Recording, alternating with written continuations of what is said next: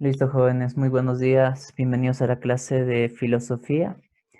El día de hoy vamos a evaluar los significados de la estética y la belleza con todo lo que es, como en este caso, el arte, tanto físico como espiritual. Vamos a ver, y nuestro tema el día de hoy, como ustedes tienen en sus pantallas, es el arte como representación humana de la realidad. Es decir, vamos a intentar llevar al arte que sea práctico, que ustedes también lo pongan en práctica, así como lo hemos puesto con la estética, que sabemos que es la reflexión de todo lo que en este caso nos rodea, pero que hay que hacer que se vea estético, que hay que hacer que se vea organizado, por ejemplo, una sala de estudio, nuestro cuarto, hacer que se vea estético, hacer que nosotros cada día nos dé gusto levantarnos en nuestra habitación, arreglarla, que se vea estético, y en tu cuarto de estudio, a su vez también, tener ordenado, tener clasificado todo para que logremos ver un mundo estético, por lo menos en este caso, nuestra habitación, nuestro hogar. Vamos a proseguir, jóvenes, el tema del día de hoy. Vamos a ver el arte como representación humana de la realidad.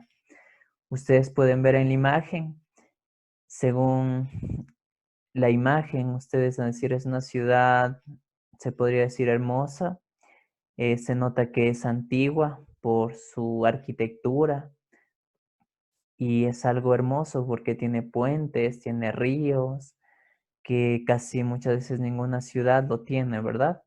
Les presento esta ciudad, es conocida la ciudad del arte, a Florencia. Esta ciudad es declarada por la UNESCO a partir de todo lo que se halla y se encuentra cada vez que se la visite. Así que algún día vamos a tener la oportunidad de viajar y desen una vuelta por lo que es Florencia, que la verdad del día de hoy vamos a conocer que es la ciudad del arte y es la ciudad donde está almacenado, donde nació el arte renacentista, prácticamente en el siglo de las luces. ¿En qué siglo? Del año 1700 al año 1800, ¿verdad?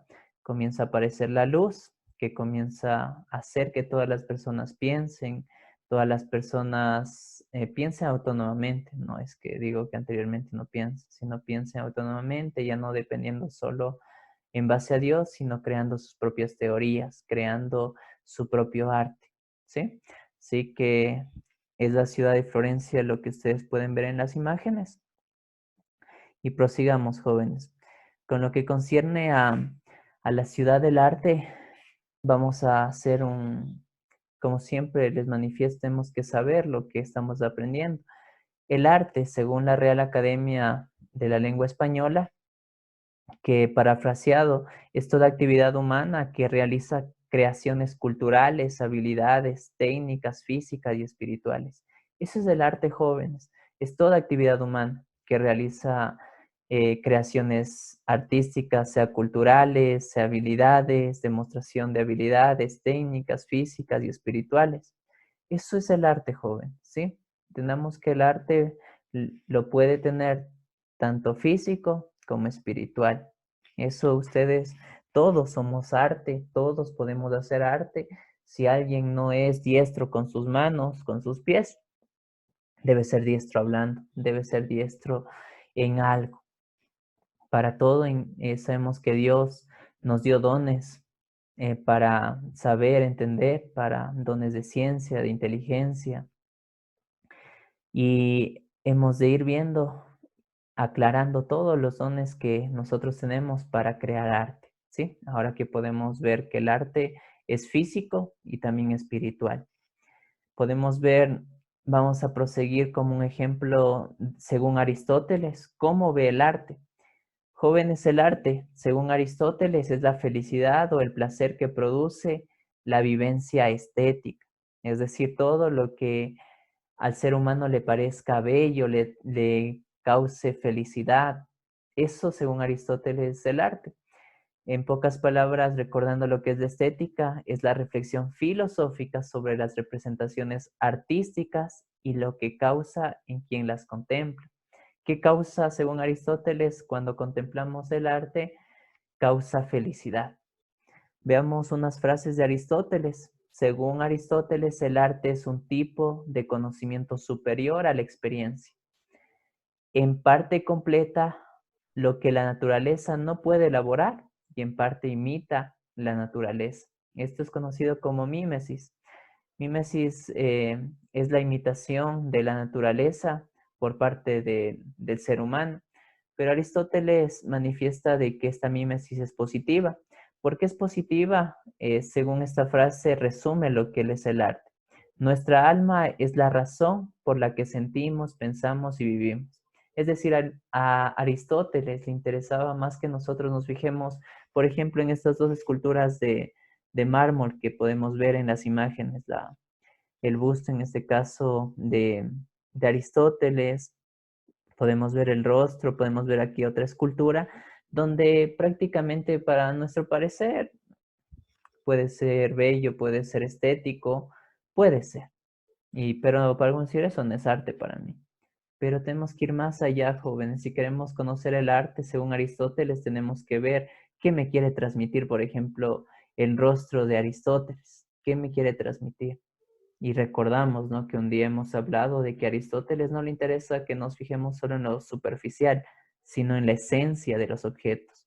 Por ejemplo, al ver este busto, vamos a recordar sobre lo que hemos pasado, hemos entendido de la filosofía de Aristóteles y vamos a recordar, ¿no? Aristóteles, eso es arte, porque Aristóteles, como manifestamos aquí, según Aristóteles, el objetivo del arte es representar no la apariencia exterior de las cosas, sino su significado interior. Es decir, este busto, este rostro, eh, tenemos que ir más allá y darnos cuenta, sí, él pensaba, él se daba cuenta de que los sentimientos, las emociones de aquí, del ser humano, son las que importan, no lo superficial. Lo superficial se puede acabar, eso se puede romper, pero al momento de nosotros ver una fotografía o ver alguna escultura, tenemos que ir más allá de lo que solo podemos ver, lo que podemos tocar, lo que es el mundo tangible, ir más a ese mundo intangible, ese mundo interior. ¿De acuerdo? Eso es según Aristóteles, jóvenes, que tenemos que fijarnos en la esencia de todo lo que nos rodea a nivel superficial. Una vez entendido ello, jóvenes, pasemos a lo que es Platón. ¿Qué nos dice Platón del arte? Consideraba al arte como mímesis negativa, pero en cambio ahí está una diferencia, jóvenes, entre Platón y Aristóteles. Platón tenía, y junto a Aristóteles eran dos filósofos que tenían casi las mismas ideas, pero se contradecían. Por ejemplo, para Aristóteles la mímesis era positiva, la imitación de los objetos. Pero en cambio, miren para aquí, para Platón la mímesis es negativa. ¿Qué significa ello? Como les hacía acuerdo, es imitar la naturaleza. Es decir, para Platón es negativo. ¿Por qué considera que es negativo la mímesis del arte o no le daba tanta importancia al arte? Porque manifiesta lo siguiente, desde un punto de vista, y por esa razón no le da mucho crédito al arte. Es decir, el arte es creado solo por un punto de vista de una persona, mas no recurre a varias personas para encontrarse, podría decir, el arte, la verdad. Por eso es que consideraba que la mímesis es algo negativo para el arte y no le daba tanta importancia a lo que es el arte. Así que miren, igual una frase de Platón que nos dice, donde reina el amor, sobran las leyes. Es decir, jóvenes, Platón consideraba de que el arte no era tan trascendente, pero sí se podía imitar y sí le daba relevancia o le daba por lo menos un grado de importancia, como lo hizo Aristóteles negativamente, pero sí decía que la mímesis cumplía este rol. Lo que la naturaleza, por ejemplo, podemos ver, por ejemplo, en los 14 de febrero, que les dan una rosa a sus enamorados, enamoradas, les dan una rosa, pero físicamente, ¿no? Pero también podemos darlo, en este caso, un obsequio de arte, no como una rosa al momento de no tener, pero podemos dar una pintura, dar una fotografía con esta frase que trasciende a lo que es el arte como mímesis negativa, según Platón, ¿sí? Es decir, imita, pero desde un solo punto de vista. Por eso es que no le daba tanta importancia, pero sí habló del arte, sí comentó y sí le daba importancia de que era necesario que el arte sea estudiado, pero no tan trascendente, como quien dice, no tan importante, porque consideraba de que solo copiaban lo que ya estaba ya visto por una persona. ¿De acuerdo? Así que jóvenes, prosigamos el arte como representación humana de la realidad según Hegel. Según Hegel, jóvenes, manifiesta que el arte es una manera de expresar los deseos y sentimientos más altos del espíritu absoluto. Como ejemplo nos pone la civilización. Antes de ir a ese ejemplo para que entendamos la filosofía de Hegel en base al arte, entendamos esta frase. Miren, jóvenes, la manifestación sensible de una idea, según Hegel, para nosotros es una frase y punto, ahí se acabó, pero no. Según Hegel, miren, le va desglosando, así como en lenguaje nos enseñaron a sacar el sujeto, predicado, el verbo, todo ello, aquí en el arte, según Hegel, lo va desglosando en esta frase. Por ejemplo, la manifestación es la exposición, exhibición, muestra, presentación y la forma. Es decir, cómo ustedes trasladan su pensamiento, sus ideas al mundo exterior. Lo exhiben, lo muestran, lo presentan, lo exponen, como ustedes sea su habilidad. Luego lo desglosa, miren, sensible. El concepto de sensible se presenta a los sentidos, a la vista, al tacto. Es decir, cómo ustedes transmiten. Sí, van a hacerlo exponiendo, van a hacer presentando, van a hacer mostrándolo, van a hacer exhibiéndolo. Pero ¿cómo? ¿Mediante qué sentidos vas a utilizar para ello? Vas a utilizar la vista, el tacto, el olfato, etcétera. Es decir, vas utilizando los sentidos, presentas y debes saber cómo vas a transmitir el sentido, con qué sentidos. Vamos, prosigamos. La idea, en este caso, es el pensamiento, sentimiento y concepto, es decir, ya, ¿qué vas a transmitir? Sí, ya tienes cómo, ya sabes que eres diestro exponiendo, ya sabes que vas a presentar con la vista, con el tacto, con tus manos, pero ¿qué vas a transmitir? Hegel nos dice que tenemos que tener en cuenta de que el arte tenemos que ver qué vamos a transmitir, el pensamiento, el sentimiento o algunos conceptos. Aquí, para ir entendiendo, jóvenes, el ejemplo de la civilización que nos da Hegel es que el saber absoluto predomina o reina en todo lo que nosotros vemos del mundo físico y metafísico. Por ejemplo, miren que la conciencia nace del ser humano, pasa a la autoconciencia, pasa a la razón, pasa al espíritu y pasa a la religión. Es decir, y termina en este caso es como un espiral que ustedes pueden ver, que es la fenomenología del espíritu, que es el saber absoluto. Si nosotros logramos pasar, trascender en este caso de la conciencia a la autoconciencia, de la razón al espíritu y del espíritu a la religión, lograremos tener un saber absoluto. Es decir, lograremos saber por lo menos cómo está compuesto, cómo están determinadas las leyes de la tierra. Vamos a otro ejemplo, jóvenes. Las manifestaciones del espíritu absoluto, en cambio, en la religión, en el arte y la filosofía. Ustedes pueden ver que con una imagen podemos llegar a esta conclusión del saber absoluto. El amor a Dios que te practica y te promueve la religión.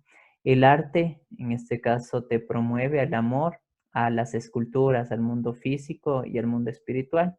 Y la filosofía es el amor a la sabiduría, es decir, amar al conocimiento, tratar de amar a la inteligencia para hacer la diferencia. Así que, y todo esto llega a lo que es un saber absoluto, que entender de que conociendo ello vamos a tener la parte trascendente o el espíritu absoluto, teniendo estas tres partes, jóvenes. ¿De acuerdo? Prosigamos, pongámosles un ejemplo de historia, que igual hemos estado viendo. Personajes históricos, según, miren aquí, los pueblos, ¿a quién obedecen? Siempre a personajes históricos o personajes que sobresalen. Por ejemplo, podemos ponerle a él a Simón Bolívar, por poner un ejemplo. Si actúa correctamente, va a ser un buen líder. Lo van conociendo y él va a ser la parte real o la parte racional de decir, sí, tenemos que seguir apoyando a Simón Bolívar porque él tiene como fin, tiene la libertad, en este caso que tenía la libertad de América. Tiene en este caso las partes, fines particulares. Él decía que quería crear la Gran Colombia, unir a toda Latinoamérica, si es posible, pero no se dio, ¿no? Ni en América del Sur se logró, pero en Latinoamérica. Pero tenía esos fines particulares, que eso es lo que murió, se podría decir, viendo a cómo Ecuador, Colombia y Venezuela se iban desuniendo y no se logró ese fin particular, pero el fin máximo, como nos dice Hegel, siempre hay un todo que resume. ¿Cuál era el fin en este caso? Era la libertad máxima, que América sea libre en este caso de los españoles. Así que eso es como un ejemplo en historia, lo hemos visto en las diferentes ciencias, las diferentes disciplinas, que el saber absoluto predomina, jóvenes, en todo. Tenemos que entender, hay siempre una meta o siempre hay algo en común por quien todo a nuestro alrededor nos lleva a comprender de una mejor manera el mundo exterior y el mundo interior que tienen todas las cosas que nos rodean. ¿De acuerdo? Vamos ya concluyendo lo que nos dice Lucas. Lucas es un filósofo que manifiesta según el arte, es un reflejo de la realidad, pero condicionado del contexto. Es decir, que todo lo que lo rodea lo afecta o cambia su manera de percepción del arte creado. Todo, jóvenes, en este caso lo que piensa el ser humano, sí, puede ser arte. Por ejemplo, miren, la escultura, la pintura de Guayasamín. ¿Qué transmite esto? Dolor. Transmite, como al comienzo veíamos un video sobre lo que cuál fue el rol de Osvaldo Guayasamín, y el rol fue pintar y demostrar y expresar el sufrimiento del pueblo indígena mediante sus pinturas. Ustedes podemos ver aquí el sufrimiento del indígena, las manos, todo ello, que eran peor tratados, peor que máquinas, hasta muchas veces morir en lo que son obrajes, en lo que son las mitas. Y eso muchas veces en ese tiempo no fue valorado. Por eso es que miren, ellos, les puse aquí un ejemplo donde prácticamente no vemos el arte en un tiempo y espacio. Por ejemplo, en la década de la colonia, que fue desde que llegaron los españoles, como ustedes saben, desde 1492, que llega el primer navío con Cristóbal Colón, y luego comenzaron a llegar Francisco Pizarro y todo ello, hasta lo que es todo, a colonizar todo América prácticamente, o Latinoamérica. Sabemos que Norteamérica solo fue colonizada por los ingleses y todo ello, que en sí, en esta época, el sufrimiento indígena no era, se podría decir, arte, para eso era de lo peor, o no era tan trascendente, o muchas veces rompían el poco arte que tenía de los indígenas, o el innumerables artes que tenían, que los indígenas tuvieron que guardarlo o esconderlo para que no lo destruyan los españoles, porque consideraban que en esa época, de 1492 a 1920, se puede decir aquí en Ecuador, donde se da 9 de octubre de 1820, donde se termina, se podría decir, y el 24 de mayo de 1822 ya se cierra la época colonial. Y a partir de ahí, jóvenes, de 1822 a lo que es el año en curso, sabemos que estuvimos en la Gran Colombia hasta 1830, y en adelante de 1830 hasta la actualidad de la República.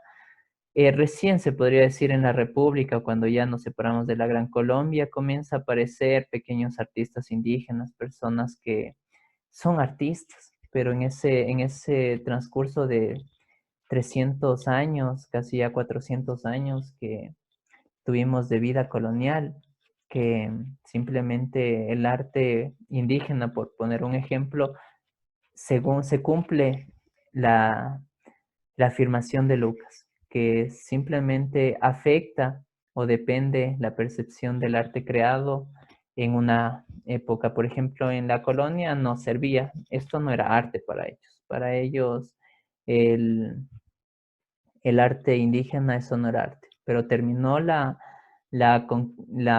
época colonial y ahí sí dijeron, no, eso sí ha sido arte. Mira cómo transmite el dolor del indígena. ¿Sí? Y para ir, miren, un poco ya afianzando, ustedes pueden ver son imágenes que tenemos una responsabilidad social, señores, con el arte y señoritas. No todo es arte. Por ejemplo, esto es vandalismo. Esto ya no es arte, rayar en algo que no te pertenece a ti. Puedes hasta rayarlo en tu pared porque eso le pertenece a tu madre, a tu padre, o si tienes tu casa, es tu casa. Pero aún así habrá que ver si esto es arte. O sea, desde el punto de vista, tenemos una responsabilidad social de que sea vandálico o expresión artística, tenemos que entender de que hay lugares específicos. Por ejemplo, ustedes saben los primeros vagones del metro, cómo fueron, según ellos, el artista decía, wow, yo soy artista y soy de lo mejor, pero para la sociedad fue su vandalismo porque destruyó algo público, no le pertenecía. Así que tengamos en cuenta y seamos responsables jóvenes al momento de transmitir el arte. ¿Sí? Si vamos a transmitir el arte, sí, que sea algo, pero que me pertenezca y algo que me identifique y me transmita lo que yo quiero ser o lo que yo quiero que me escuchen o lo que yo quiero expresar. ¿De acuerdo? Así que no confundamos el vandalismo con el arte, jóvenes. Y para terminar, jóvenes, recuerden, jóvenes, eres un arte y no permitas que nadie opaque tu semejanza divina. Nadie. Somos creaciones hechas a imagen y semejanza de Dios. Y entendamos de que con todos nuestros defectos, con todo y todo lo que somos un arte. Cada día hagamos que ese arte no se opaque, sino al contrario, resplandezca. Seamos como una luz en medio de este mundo de oscuridad, jóvenes. Dios me los bendiga y nos estaremos viendo en las próximas clases.